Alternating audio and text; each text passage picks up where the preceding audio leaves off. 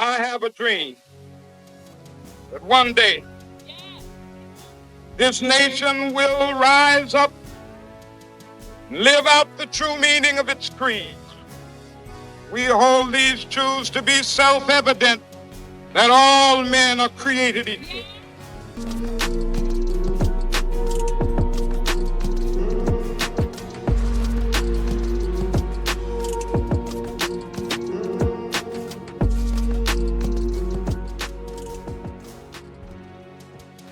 On April 4th, 1968, a single bullet changed history.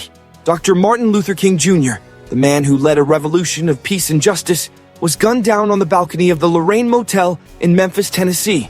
The official story? A lone gunman, James Earl Ray. But after more than 50 years, questions still remain. Who really killed Martin Luther King Jr.? Why did they want him dead? And what secrets is the U.S. government still hiding? Today, with President Trump's promise to declassify secret files, we may finally get the answers they never wanted us to see.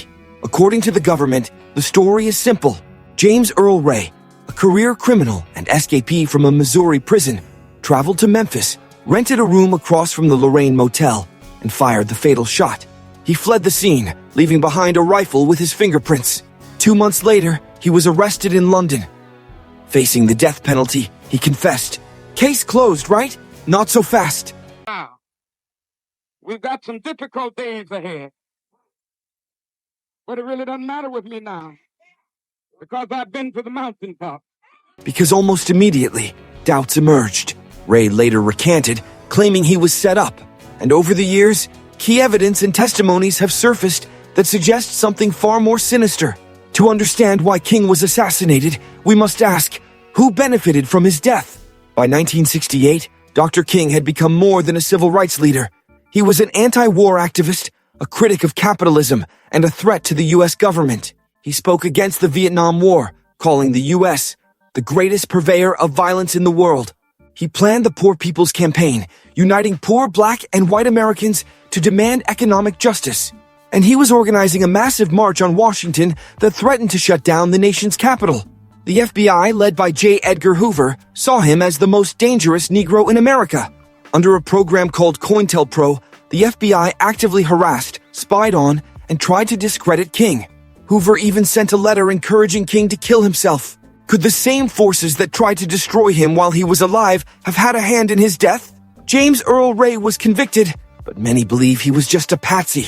Even Dr. King's own family doubted the official story. Coretta Scott King called Ray an innocent man. You can achieve anything you believe in. Like 10 other beautiful things. In 1999, the King family won a civil trial that found the U.S. government was involved in a conspiracy to kill MLK. The jury heard from witnesses who claimed the Memphis police and the FBI played a role in the assassination. And what about the mysterious figure Ray claimed set him up? Raul, a shadowy figure who allegedly gave him money and orders. Who was Raul? A CIA asset? A government informant?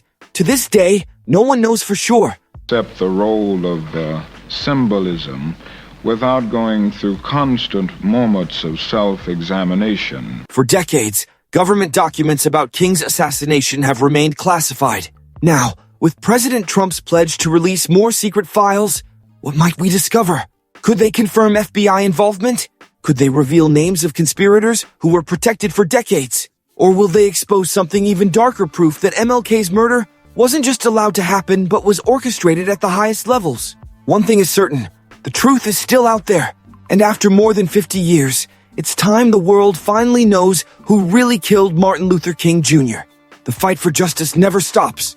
If you believe the truth should be known, share this video, leave a comment with your thoughts, and subscribe for more investigations into the hidden history they don't want us to remember. Black Rumors TV, subscribe for more.